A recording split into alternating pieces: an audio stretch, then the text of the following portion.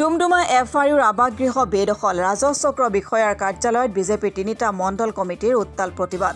তিনিচুকীয়া জিলাৰ ডুমডুমা এফআইউ চিকিৎসালয়ৰ পৰিচালনা সমিতিৰ সদস্যসকলে নাজানে এফআইউখনৰ চৰকাৰী আৱাসগৃহ বেদখল হৈ থকাৰ বিষয়ে।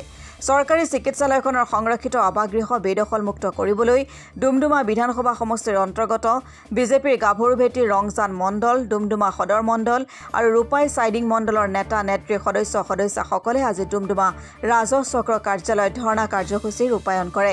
চৰকাৰী চিকিৎসালয়ৰ সংৰক্ষিত আৱাসগৃহসমূহ বেদখলমুক্ত কৰাৰ দাবীত বিজেপিৰ নেতা নেত্ৰী সদস্যসকলে বিজেপি জিন্দাবাদ, বিধায়ক ৰূপেশ গোৱালা জিন্দাবাদ ধ্বনিৰে ডুমডুমা ৰাজচক্ৰ কাৰ্যালয়ত ধৰ্ণা দিয়ে আৰু ৰাজচক্ৰ বিষয়াৰ যোগেদি তিনিচুকীয়া জিলা আয়ুক্তলৈ পৃথকে প্ৰদান কৰে স্মাৰক পত্ৰ।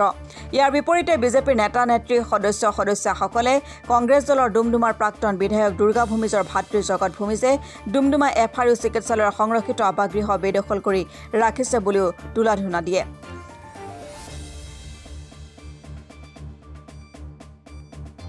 বিভিন্ন সময়ত বিভিন্ন ধৰণে আমাৰ ডুমডুমাৰ যি অসামৰিক চিকিৎসালয় আছে এফআইউ, তাৰ পৰা বিভিন্ন সময়ত আমাক তেখেতৰ কৰ্তৃপক্ষসকলে জনাই আছে আৰু বিভিন্ন জনসাধাৰণে আমাক জনাই আছিল যে আমাৰ প্ৰাক্তন বিধায়ক শ্ৰী দুৰ্গা ভূমিজ ডাঙৰীয়াৰ ভাতৃ শ্ৰী জগত ভূমিজৰ এটা আমাৰ আৱাসগৃহ, যিটো চৰকাৰী আৱাসগৃহ, তাত অবৈধভাৱে বেদখল কৰি ৰাখিছে। সেইটো মুক্ত কৰি দিবৰ কাৰণে আমাক বহুত সময়ৰ পৰা বহুতজনে আমাক জনাই আহিছে, অৱগত কৰি আহিছে। সেইকাৰণে আজি আমি আমাৰ চাৰ্কুল অফিচাৰ ডাঙৰীয়াক আমাৰ ভাৰতীয় জনতা যুৱ মৰ্চাৰ আমাৰ ডুমডুমা সমষ্টিৰ 3টা মণ্ডলৰ পৰা একোখনকৈ আমি স্মাৰক পত্ৰ প্ৰদান কৰোঁ। পুৰণাটো কিমান দিনৰ পৰা আছে? তেখেতে আমি জনামতে প্ৰায় 15 বছৰ বেছি হৈ গ'ল। আজি আপোনালোকে আজি আমি চাৰ্কুলটো লাভ ধৰিলোঁ।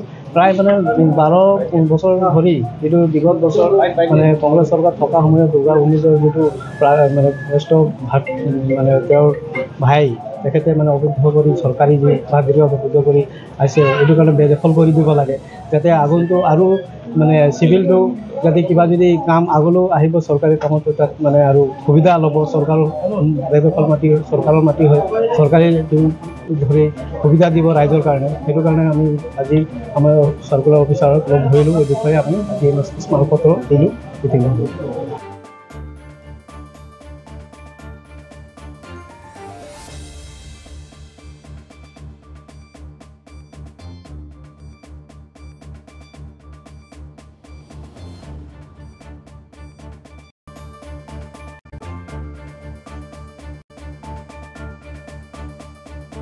Bureau report Assam today.